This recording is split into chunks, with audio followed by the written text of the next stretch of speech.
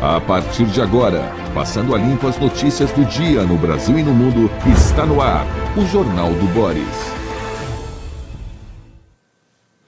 Bom dia, muito bom dia, está no ar o Jornal do Boris.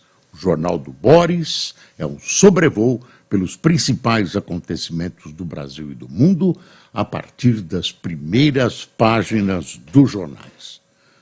Vamos ao Globo. Está aqui o Globo, primeira página do impresso do Globo.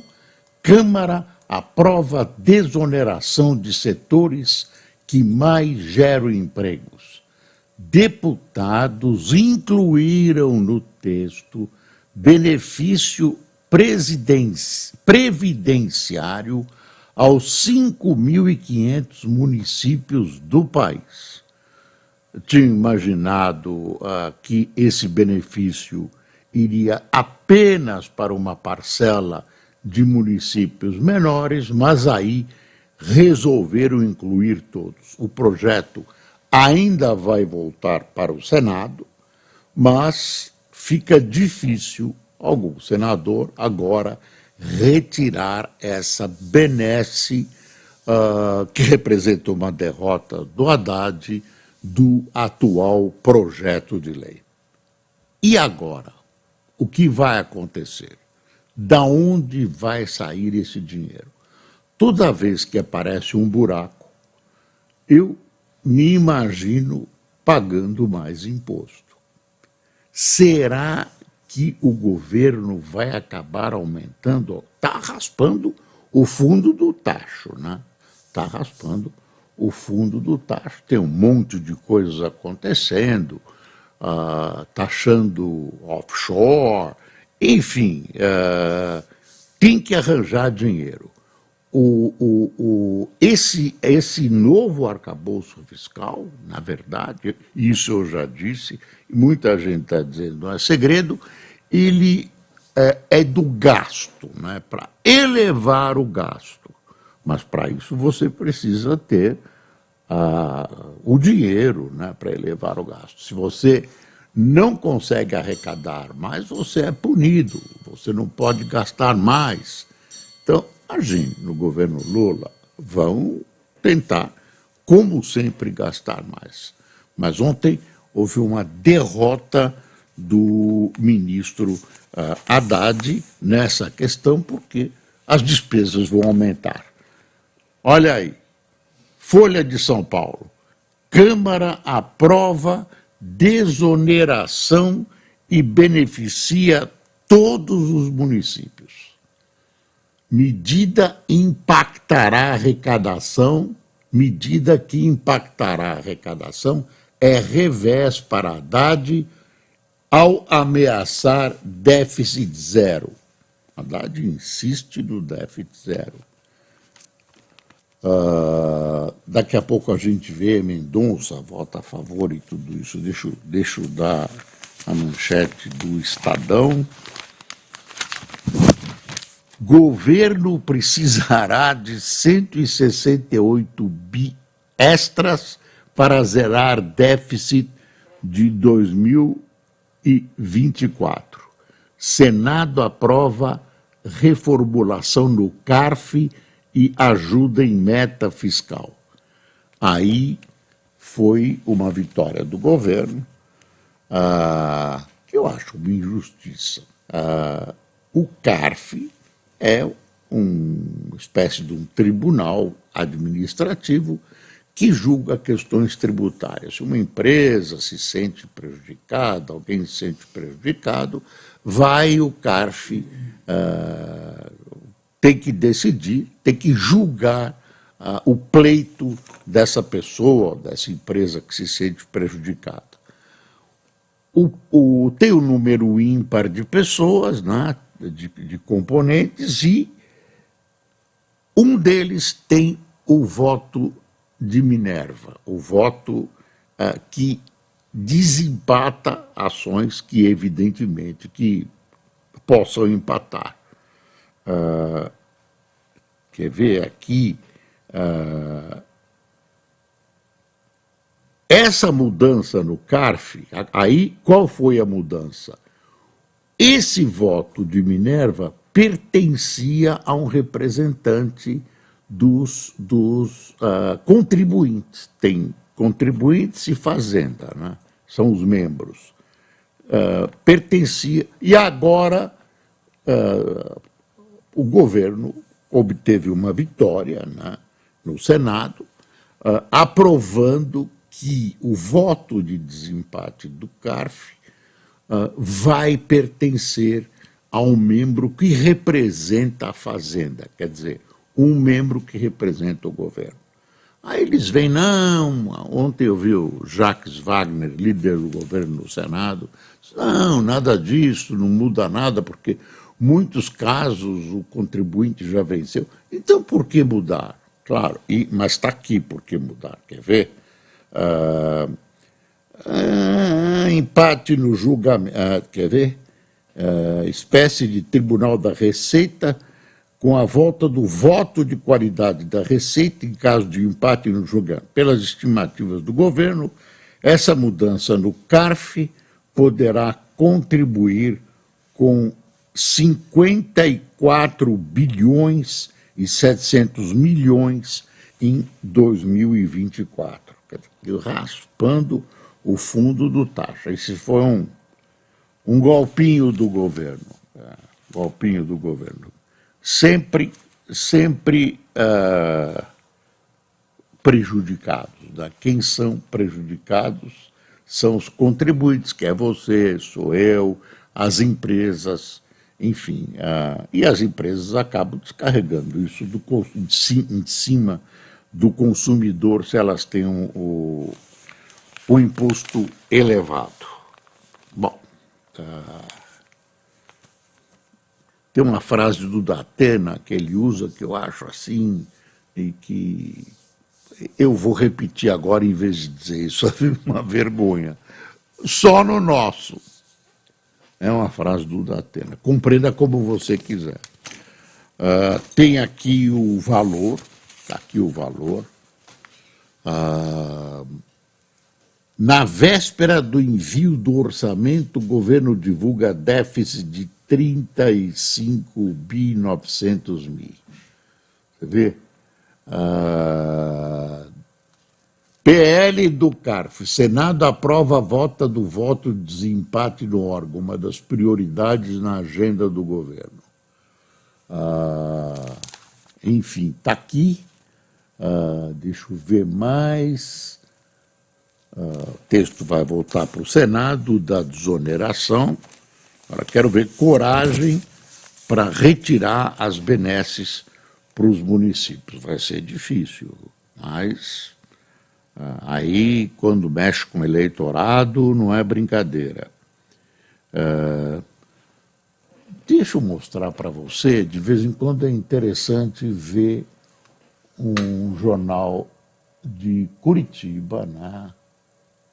Tem gente que vive pedindo, o pessoal mais à direita gosta desse jornal, um jornal bom, tem um ponto de vista mais à direita, que é a Gazeta do Povo de Curitiba. Olha aí, julgamento do marco temporal fica empatado.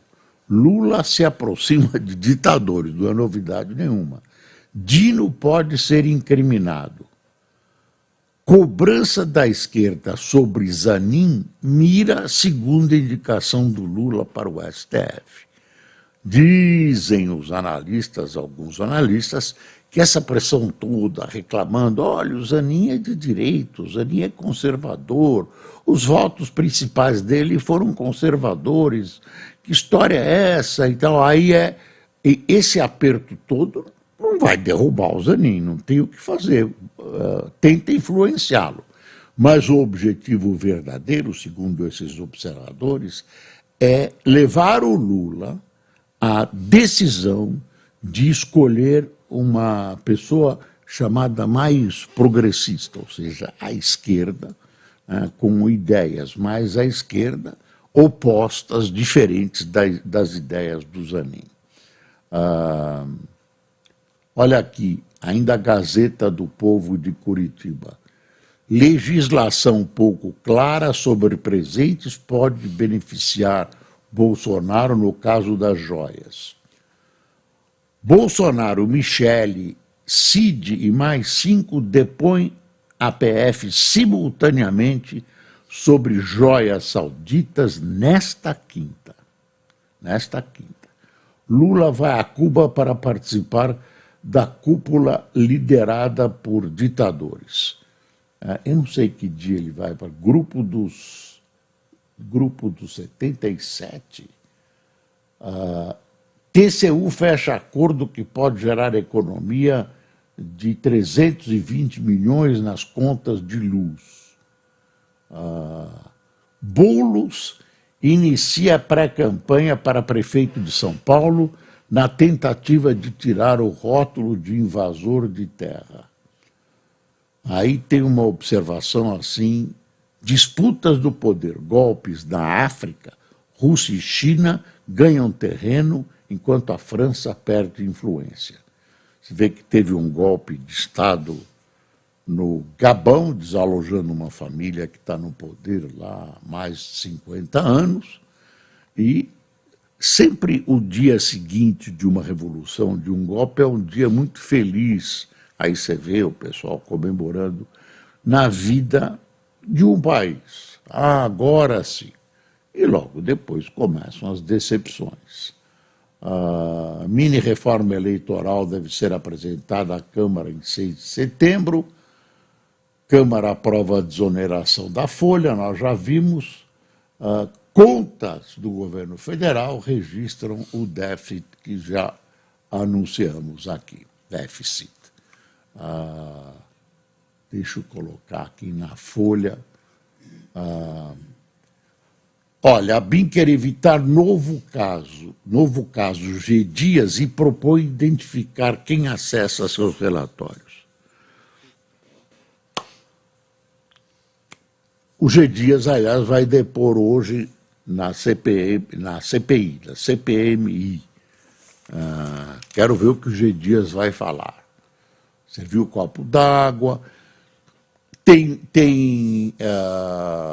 tapes desaparecidos, tapes que não foram enviados à CPMI. Estranhamente, o ministro Flávio Dino diz que não mexeu, que algumas foram apagadas pela empresa que cuida disso. Uma confusão. O fato é que nem todas as gravações estão de posse da CPMI. Eu não sei o que vai acontecer. Olha aí uma notícia internacional bem ruim. Incêndio em prédio no centro de Joanesburgo deixa ao menos 73 mortos na África do Sul. Deixa eu ver. Está aqui, ó. A BIM quer evitar novo caso de G. Dias, né? Porque ele diz que não recebeu as informações da BIM sobre o que estava acontecendo no dia 8 de janeiro. Tem aqui, veja onde nós chegamos. Um retrospecto, né, da Folha marca o 30º aniversário de fundação do PCC.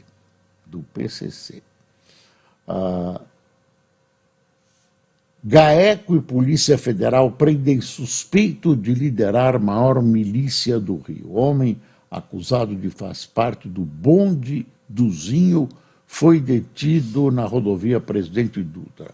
É do Comando Vermelho. Olha o Eduardo Cunha. Eduardo Cunha diz que a anulação do impeachment de Dilma é ridícula e sem lógica.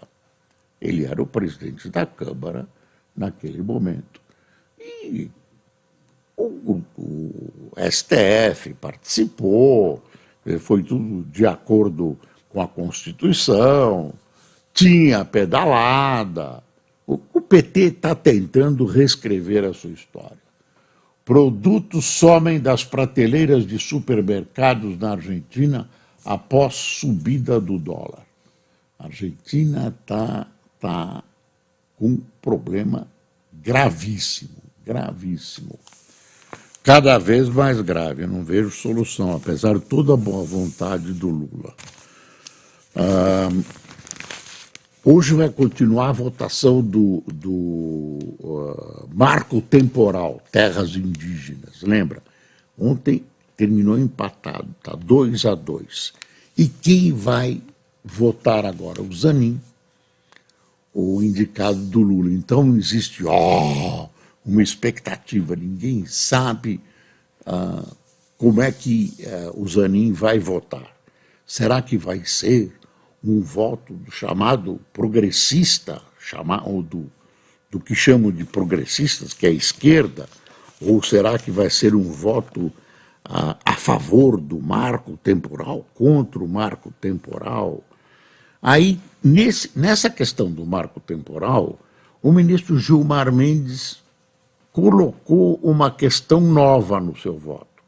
A questão é a seguinte: ele é a favor de você não ter o marco temporal, não ter nenhum obstáculo para índio reivindicar terras e consegui-las, mas ele diz, o ministro Gilmar Mendes, que se acontecer o desalojamento de fazendeiros, por exemplo, que estejam lá há muitos anos e sem nenhuma sacanagem, etc., etc., que eles devem ser ressarcidos pela União. É uma novidade, porque... Alexandre de Moraes.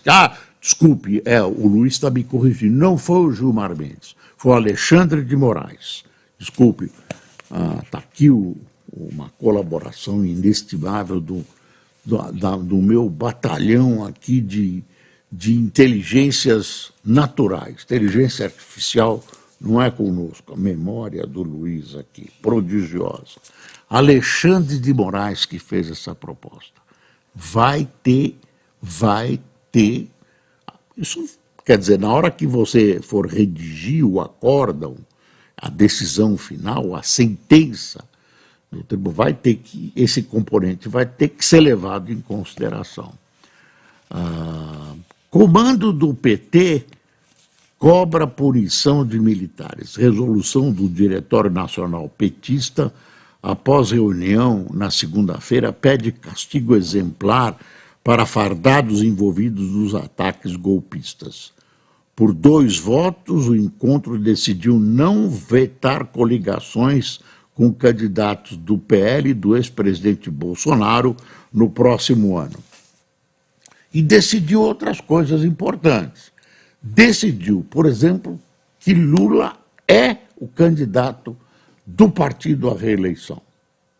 Por que uma decisão tão assim no começo da administração do Lula?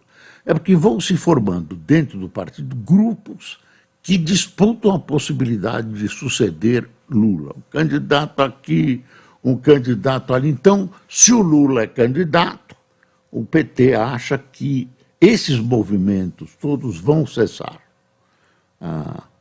Uma voz mais alta se levanta e pronto. Olha a foto da Folha na questão da demarcação indígenas. Demarcação é futuro, demarcação é futuro. Vamos ver em quem o doutor Zanin vai votar. É uma grande curiosidade. Nessa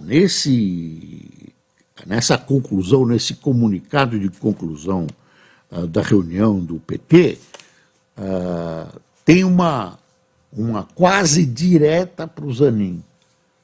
Quase direta para o Zanin, né? Até discutiram se punham ou não o nome dele, né? Agora, o que esse pessoal quer? Que as pessoas subam ideologicamente, afrontem as suas consciências, as suas próprias consciências, com vínculos ideológicos, subam ao STF com vínculos ideológicos obrigatórios? O que esse pessoal está pensando? Não, tem que votar assim, assado, não votou com uma visão progressista? Que história é essa? Tem que votar com uma visão constitucional. Que história é essa? E o Zanin, Claro, votou com a consciência dele. Ele era advogado do Lula, mas não, digamos, escravo do Lula. Ele tem pensamento próprio e vota do jeito que quiser. Olha, após o Itaú, Santander antecipa planos e abole a transferência de DOC. O Pix está acabando com tudo isso. Furacão na Flórida chega com ventos de 200 quilômetros por hora. O Idália atingiu ontem o estado americano e trouxe destruição com casas submersas e centenas de árvores caídas. Não havia ainda uma contagem oficial de vítimas. Que está aqui, deixa eu ver, a dona Maria Hermínia Tavares, a doutora, tem um artigo aqui, cujo é certo, está assim, aqui na primeira página da Folha. Para além do pragmatismo do cliente, a escolha de Cristiano Zanin leva uma questão que há décadas desafios progressistas. Como acomodar na agenda classista e redistributiva o tema ambiental e demandas de grupos que não se imaginam parte de maiorias. Está vendo? Chororô, chororô. E o mundo não é constituído só por progressistas. E, se for mais longe, a eleição presidencial foi quase um empate. Não é assim que pensa a maioria, considerar a maioria, minoria, nesse caso. Não é bem assim. Deixa eu ir virando aqui, porque hoje tem muita coisa. O quartel e a urna é o editorial da Folha.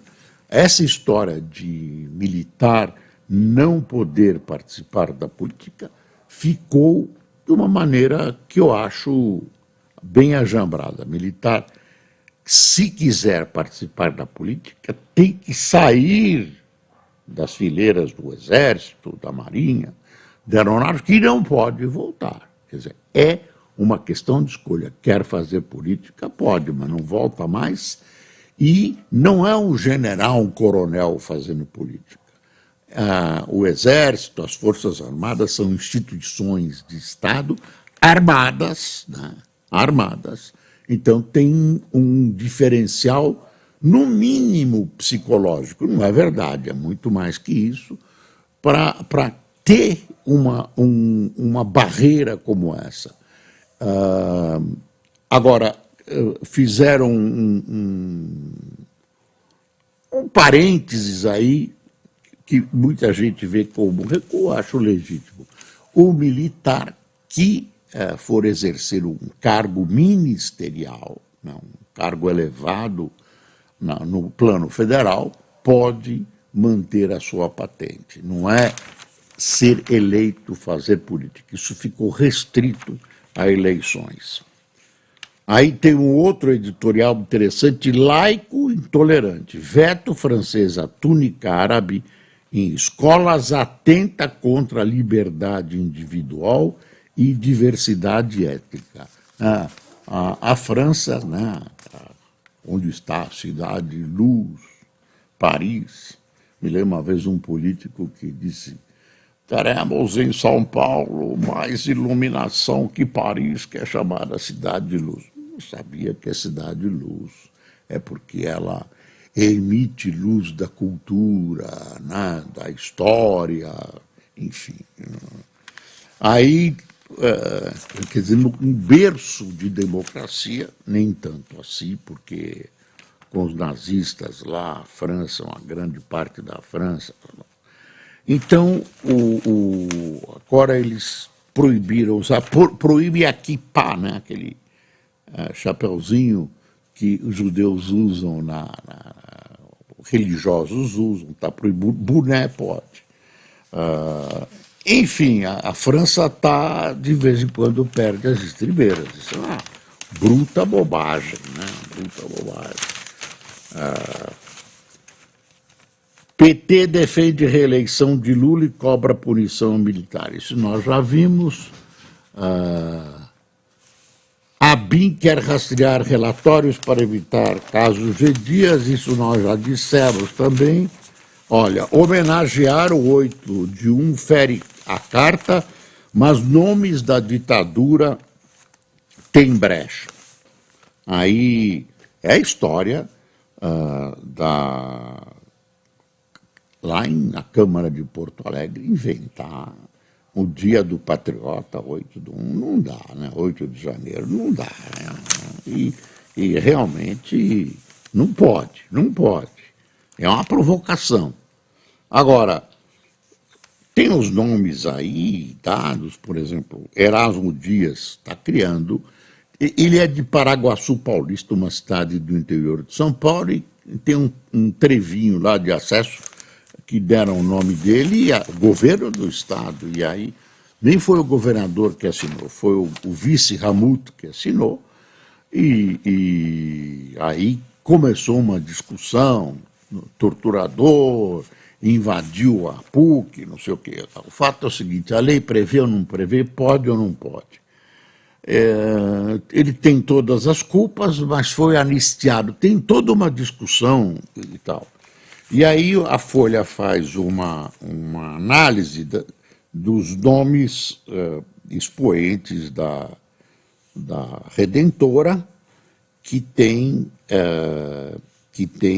no Castelo Branco, Arthur da Costa e Silva, Médici, gozado.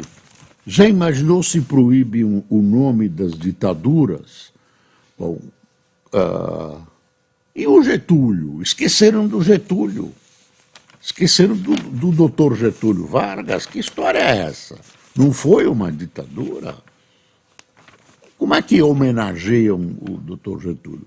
Tire o nome do general Marechal Castelo Branco, Arthur da Costa e Silva, Médici, Geisel, etc., Figueiredo, e do Getúlio não? Será que ele não... ele foi um bom ditador, é isso? É isso, né? Quero ver.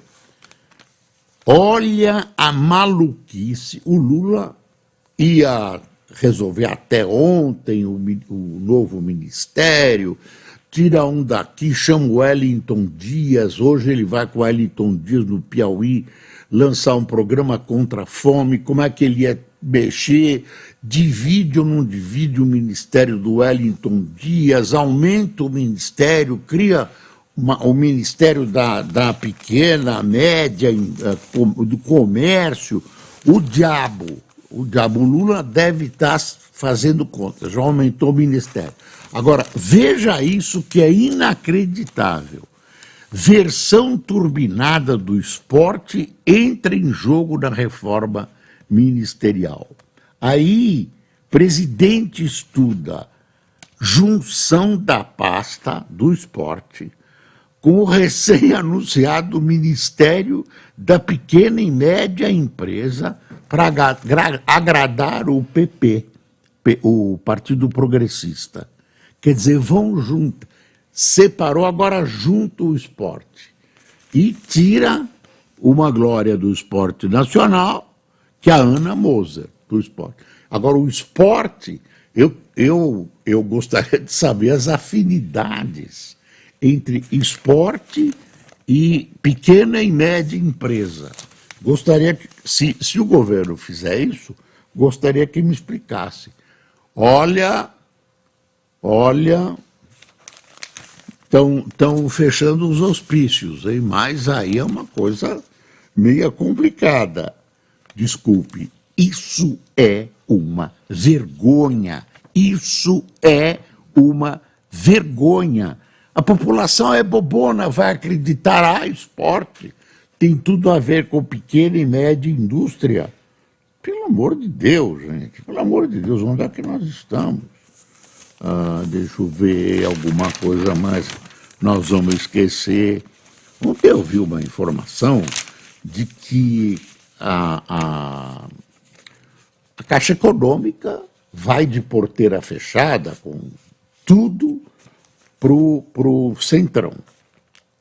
Tudo bem. E quem vai ser a presidente é uma senhora, cujo nome eu acabei de esquecer, mas uma coisa que os jornais não trouxeram, essa senhora seria advogada do presidente da Câmara, Arthur Lira. Será que o Arthur Lira vai ter coragem de nomear a sua advogada? Não pode ser. Não. Hã? Rita Serrano. Veja, Cássio, se ela aparece como advogada do Lira, Rita Serrano. Vão tirar uma senhora que é funcionária, para colocar, vão entregar para o Centrão. Eu não estou fazendo nenhuma acusação, mas vou entregar para o Centrão de porteira fechada. Todas as vice-presidências, todos os estados, nomeação de tudo da Caixa Econômica, que você sabe trabalha com uma bruta grana e tal. PAC, gastos sociais, fome e clima são prioridades em novo plano plurianual. 123 milhas deve para os próprios donos de centenas de pousadas. Eles vão ter sócios, faltam de novo, e CPI vai pedir condução coercitiva. Vão sob vara, na marra, né? Mas o pessoal não soube que eles não conseguiram passagem. É essa piada que estavam divulgando ontem. Pronto. Produtos somem das prateleiras na Argentina e pronto. Tem uma história aqui, tá terminando, né, Cássio? Então rede de escolas cria jogos para ensinar educação sexual. É educação sexual numa escola da ordem marista, católica. Então é interessante, eu não vejo por que proibir educação sexual, devia ser incentivada. Não é para ensinar, não é para fazer bobagem, não é para ensinar bobagem, enfim, ficar falando da prioridade à diversidade. Educação sexual, desculpe, que também inclui a questão da diversidade, tudo isso. Enfim, vamos esperar que o juízo também banhe os cérebros aqui no Brasil. Aliás, não tem banhado em lugar nenhum. Só mais uma informação. Neste dia, no dia de ontem, a Rússia sofreu bombardeios em 6 diferentes lugares de drones, claro, drones provavelmente enviados da Ucrânia, não tem dúvida. Os jornais falam supostamente enviados da Ucrânia. Nada, a Ucrânia resolveu bombardear a Rússia, deu um prejuizão lá e a Rússia retalhou bombardeando Kiev para valer, foguete. Essa Rússia, e vamos ver. Quem tomou café conosco?